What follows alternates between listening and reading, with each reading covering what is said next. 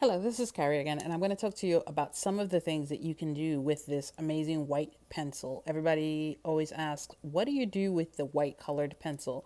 And I'm going to talk today about some of the things that you can do with the white colored pencil. But before we get started, I want to talk to you about the color pencil as a medium, just really briefly. Color pencil as a medium is generally translucent. It's not extremely translucent, but it is more translucent than, say, like oil paints or something like that. So that's part of how you're able to layer the different colors and get special effects. So with that in mind, you have some white pencils that are more opaque, and some white pencils that are more translucent than others. Probably the most famous of the opaque white pencils is the Luminance White, which is this white pencil. I'm going to show you how opaque that is. You know, when you compare that to one of the more translucent white pencils, which is the Faber Castell white, and you'll see them next to each other, and you can see the difference with the Faber Castell of how you can see more of the toned paper underneath it. So I've laid out some different white pencils and give you my opinion as to what they are. The Crayola, which I decided was more translucent. The Softcore Prismacolor Premier, which felt definitely more opaque. The Faber Castell Polychromos, which is the one that I have, which is more translucent. The Luminance, which is more opaque. And the Coronors, I have a hard time pronouncing that. The Coronors Progresso Solid. I don't talk about this pencil very much because I don't use it, but I do have it. And at some point, I'll do a review of it. But anyway, so there's many ways that you can use the white pencil. One of my favorite ways to use the white pencil is to keep white areas white. And I'm going to show you what I mean by that. So what I did here for this is I laid down just a little bit of the white pencil. I use the Caran d'Ache Luminance, and I just laid down a little bit of the Caran d'Ache Luminance, and then I worked around it, and I just kept going back. So as I did the other layers, I laid down the white layers. So I just did that in concert with this other layer, and because this paper is not the whitest of white paper, you can actually see the difference.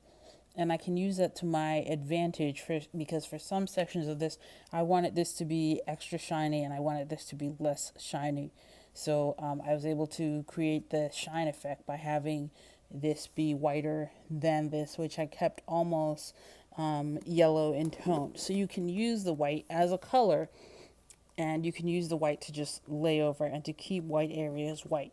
So that's one of the best things that I love to do with white. So especially when you have something like this is supposed to be a gold egg. So especially with something like this that's supposed to be a gold egg, it's very easy to just keep going on there and just keep adding that white pencil and maintain the whiteness of this. And so that's one of my favorite uses for the white pencil. So is to keep white areas white. So we're gonna set this aside, so then I can talk to you about the next use of the white pencil. And for the keeping of the white areas white, I don't think it really matters all that much if you use a translucent or an opaque white, but I do prefer to use the Caran d'Ache Luminance for that. And these run about $3.80 a piece on dickblick.com, which seems expensive for an individual pencil, but this holds a point for quite a while, and you really do get all of your money's worth with a single white pencil. And I actually I have like 4 or 5 of these because I like to keep these around and make sure that I always have one of these nearby. So the other thing that you can do with a white pencil, and one of the things that a lot of people do with a white pencil, is they use the white pencil in lieu of a blender pencil. And for this, you definitely want to have a more translucent white pencil. Now, if you saw my video on dry blending methods, you'll see my opinion of using white to blend is not I know you can use the white to blend, but I personally prefer the blender pencil. But that's a matter of personal opinion, and you can totally use the white to blend. And in fact, if you choose to use the white to blend, you can lighten areas, and that's another thing that you can do is, you can do this with the more opaque whites, but with something with a translucent white like this, you can use it to blend, but it does lighten up these areas in a way that a blender pencil doesn't. So you can use this to your advantage if you want to blend. So if you see, for example, using this is a specific blender pencil which has no pigment on it, and you see the difference between using that and using the white. But there are people who prefer to use the white as a blender pencil, and there are times when I use the white as a blender pencil too. Like I used it to blend when I was doing the steampunk coloring book, because there was a lot of steel, and there was a, it's steampunk, so there's a lot of steel, there's a lot of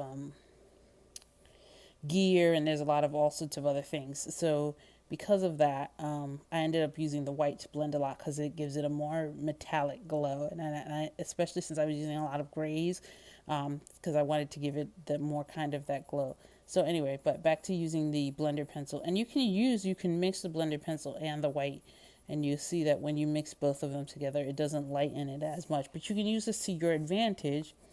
That's another way of using the white, is if you have, so I can talk about it here. If you have created a space, like say you made this and you made this darker than you wanted it to be, so you can use the white to your advantage.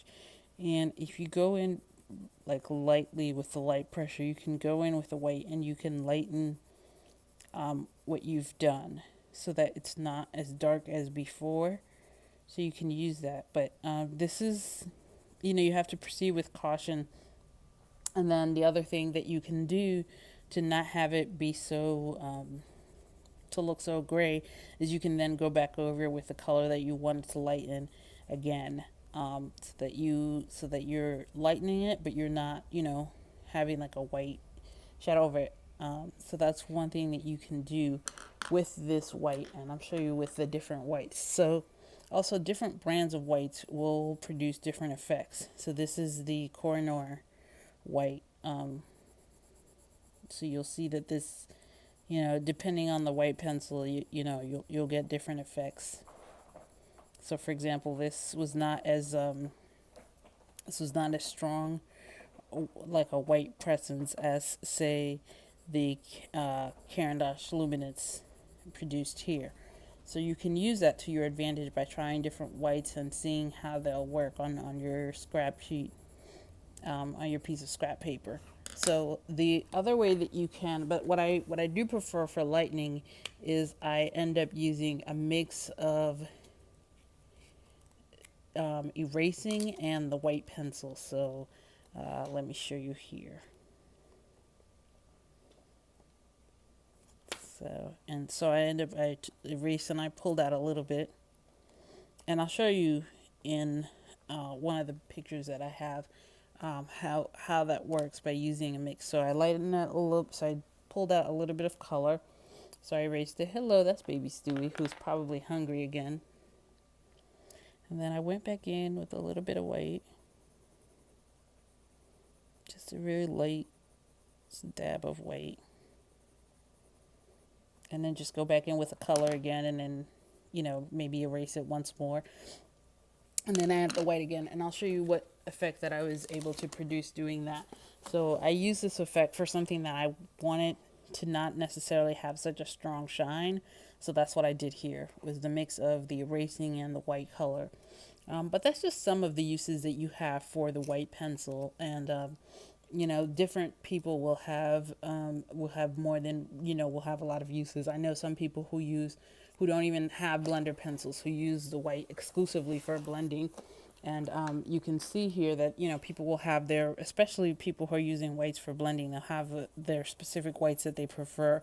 This is the Crayola white. Hold on, let me show you. This is the Crayola white. And you'll see that it produces a different effect than, say, the Caran white or the Faber Castell white. So that's something to keep in mind. But I hope you enjoyed this video, and I hope you will consider subscribing, because I do have contests all the time. As a matter of fact, right now I'm giving away a copy of The Lost Ocean by Joanna Bransford. So subscribe and comment on that video for a chance to win. But if you have any questions, or if there's anything that you want to see, let me know, and I will certainly do my best to get it to you. But I hope you enjoyed this video, and have a great day. Bye.